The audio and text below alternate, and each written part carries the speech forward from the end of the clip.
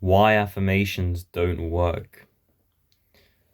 So I started thinking about affirmations recently because I watched David Goggins on the Andrew Huberman podcast, and he was talking about some very interesting things. And I suggest you watch the video because it's 2 hours long and it's full of so much insight. One of the things he said at the end, which really struck me, was he talked about having a second voice in your head. He said when you live his lifestyle for a while, right? Eventually a second voice can pop up in your head which tells you you can do it. And he said that most people, they only have the first original normal voice, right, which says you can't do this, you can't do that, and makes excuses for being lazy. And I thought that was so interesting because it relates to affirmations in a way that might seem a bit obscure at first, but everyone knows that affirmations, they're made, this thing that we've all heard of, right? How to make results happen, affirmations. But what do they really mean? And the problem is that because we don't understand really what an affirmation is, it's just not effective for most of us. And it's equivalent to saying a bunch of gibberish to yourself, right? If you repeat a bunch of words every day, it doesn't mean anything, it doesn't do anything because it's just a bunch of words.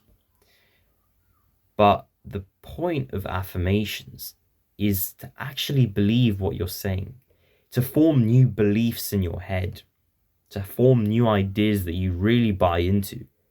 That's the point of an affirmation. And this is how you build new thought patterns, right? Because imagine, why are some people more successful in certain areas of life, right? Because they have certain thought patterns built up. They believe in themselves, they think I can do this, this is great, I enjoy doing this. You see, even the thought of I enjoy doing this creates enjoyment in a way. Whereas somebody else who comes along and says, oh, I hate this, that thought is actually in a way what makes them hate the situation. For example, I don't know how much awareness people will have, but if you asked yourself, am I happy? You might notice straight away, no, I'm not happy. And a voice saying, no, I'm not happy because of this, this, this, this, this. And for most people, that voice will say, we're unhappy because of this situation. We're unhappy because of, our boss or the weather or something, right? Maybe some people, like I noticed this with myself, my thoughts were saying, we're unhappy because we have negative thoughts.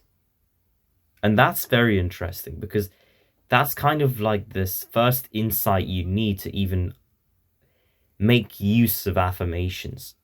Because this is where you realize that your thinking can be reprogrammed. Because if the negative thoughts themselves are making you unhappy, then point the gun at yourself for a second, not literally. But, you're the bad guy. And but that's a great thing because it means you can control the problem. You can you can tell yourself you're happy. And then if you can really control the thoughts, so if you told yourself right now, I'm happy, maybe a ton of negative thoughts will rush in and say, no, this is a lie. This is just fake. We're not happy, blah, blah, blah, blah. And then, of course, the thought I'm happy will just be obscure. It won't mean anything. But imagine if you could control those negative thoughts and simultaneously add positive thoughts.